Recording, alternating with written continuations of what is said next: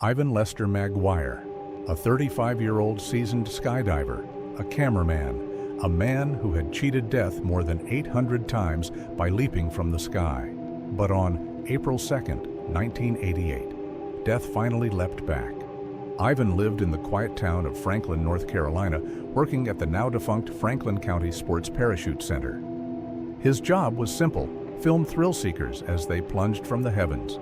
He'd done it hundreds of times, day after day, jump after jump, strap on the gear, focus the lens, dive into the wind, pull the cord, land, repeat. But on that particular Saturday, something went horribly, unthinkably wrong. By late afternoon, Ivan had already completed 2 successful jumps. Tired, worn, but committed, he agreed to one final dive, the 3rd of the day. The sky was starting to turn amber as the sun dipped lower. The jump was scheduled quickly. The plane took off. 15 minutes later, they were 10,500 feet above the ground. Ivan, as always, was the first to jump, his helmet-mounted camera rolling, focused on the tandem instructor and their client. Everything seemed routine. For a few seconds, the footage showed calm skies, parachutes preparing to bloom, bodies slicing through the air like birds. And then, the horror began. As the instructor deployed his chute, signaling the perfect time for Ivan to do the same, something was off. Ivan reached behind him. Nothing. He reached again. Still nothing. The footage turns shaky, blurred. Ivan's breathing grows erratic. Panic sets in. He begins frantically patting his body, searching, hoping the cord was tangled. Stuck. Hidden. But it wasn't, because it wasn't there. He wasn't wearing a parachute. Seconds later, his voice is captured on tape, small, trembling, barely audible through the roar of the wind. Oh my God. No. And then, nothing but the sound of wind screaming past the microphone as he plummeted toward Earth at over par 250 kilometers per hour. Ivan crashed into a wooded area near the sports center runway. The impact was instant. So was death. His camera equipment was shattered, the VHS tape broken into fragments. But investigators would later manage to piece together enough of the footage to reveal the devastating truth of what had happened.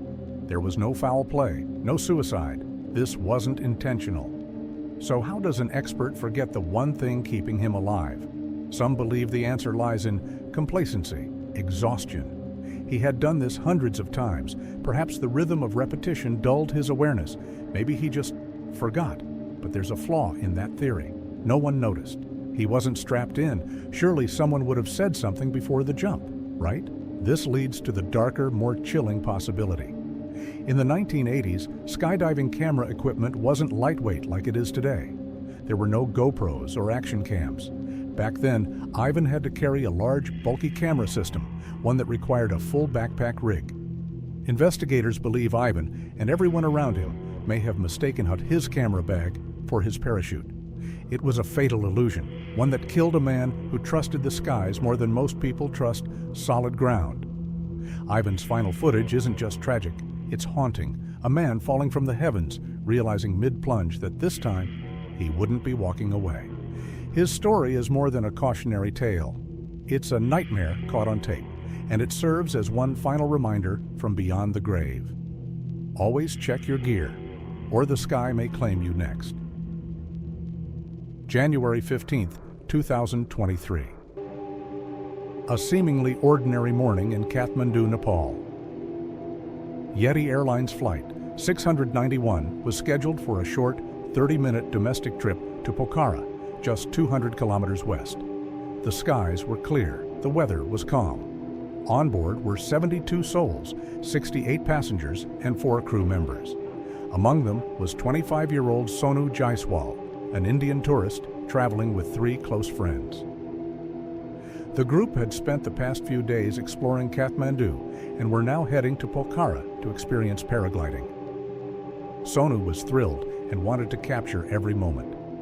As the flight descended toward the runway, he decided to go live on Facebook to share the excitement. The video begins with laughter, smiles, anticipation. The plane was minutes from landing. Everything seemed perfect. But then, in a matter of seconds, it all turned to terror.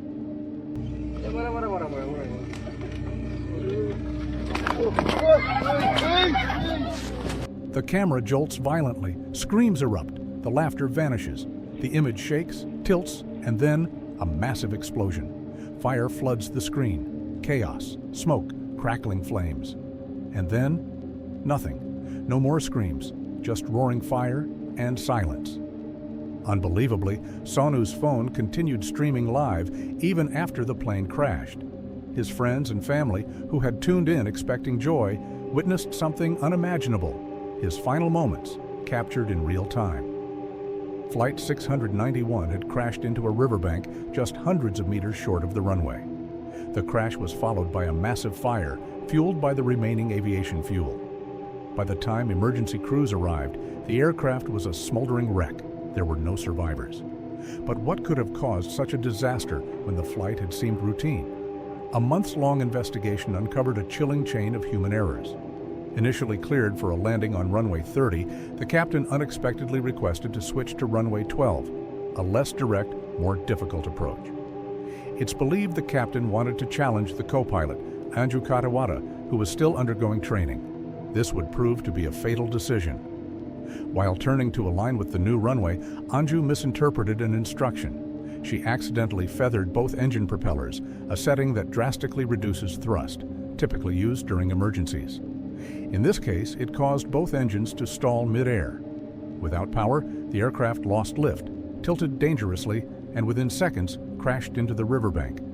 A single mistake, a misunderstood command, and dozens of lives were lost in an instant. The only grim solace was that the aircraft narrowly missed a populated residential area nearby. Had it crashed just slightly off course, the death toll could have easily doubled, or worse.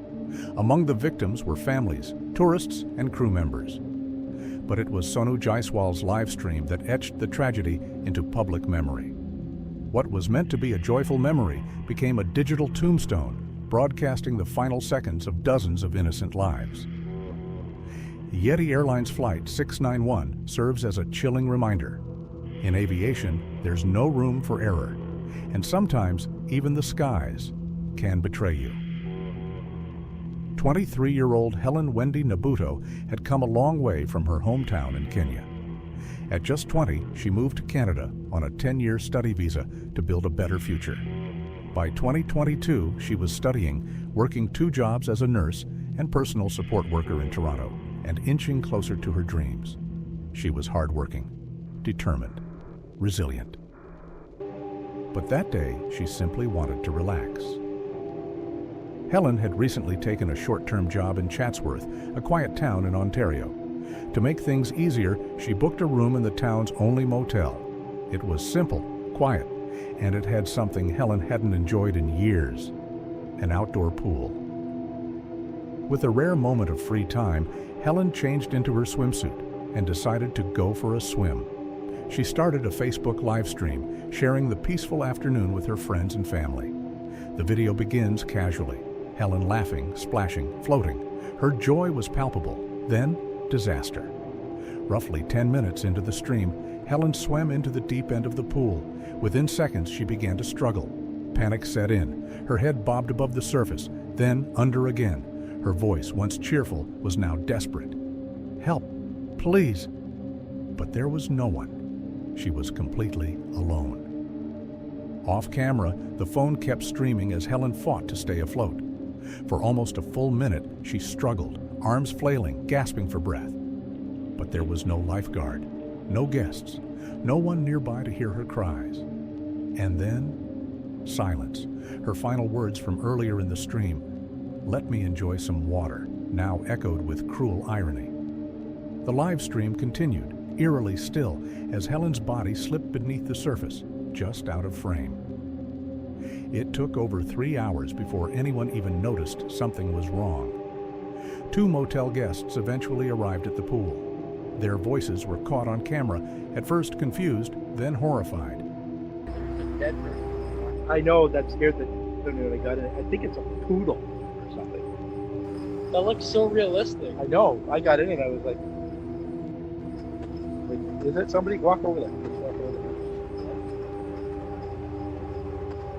Like, what if it's actually somebody dead? because I'm not even trolling. That looks way too real. The video footage served as key evidence in confirming the event was a tragic accident. There were no drugs, no foul play, just a deadly miscalculation in a pool without supervision, safety markers, or anyone around to intervene. Her father, thousands of miles away in Kenya, watched the stream after the fact. "I watched the video. I cried. It's terrible," he said through tears. What made the loss even more devastating? Helen was the sole breadwinner for her family. Without her, they were left grieving and financially shattered. They couldn't even afford to bring her body home. But in the darkness, strangers lit a candle.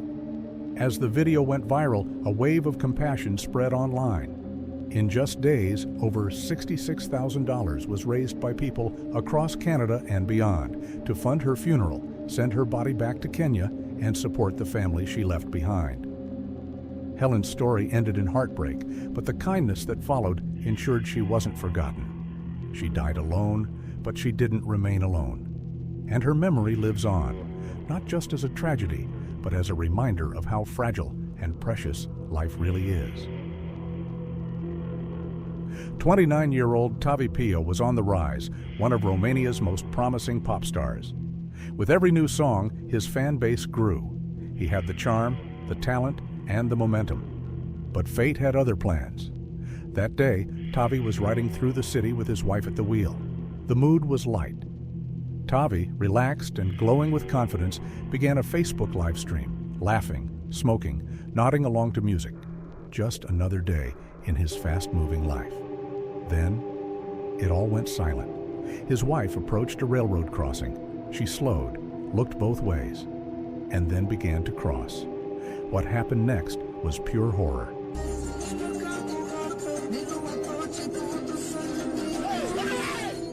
They had been hit by a train. She never saw it coming. Somehow, she missed the massive engine hurtling toward them. When they finally noticed, it was far too late. The car was obliterated. Tavi died on the spot. The eerie part? Just 1 month earlier, Tavi had posted a cryptic quote to Facebook. "One day, the wrong train will take you to the right destination." It now read more like a prophecy. His wife survived, but with critical injuries. She was placed on life support. Her condition afterward remains unknown. Tavi's final gift to the world was a live stream of him simply dancing, smiling, living, a tragically beautiful memory forever frozen in time.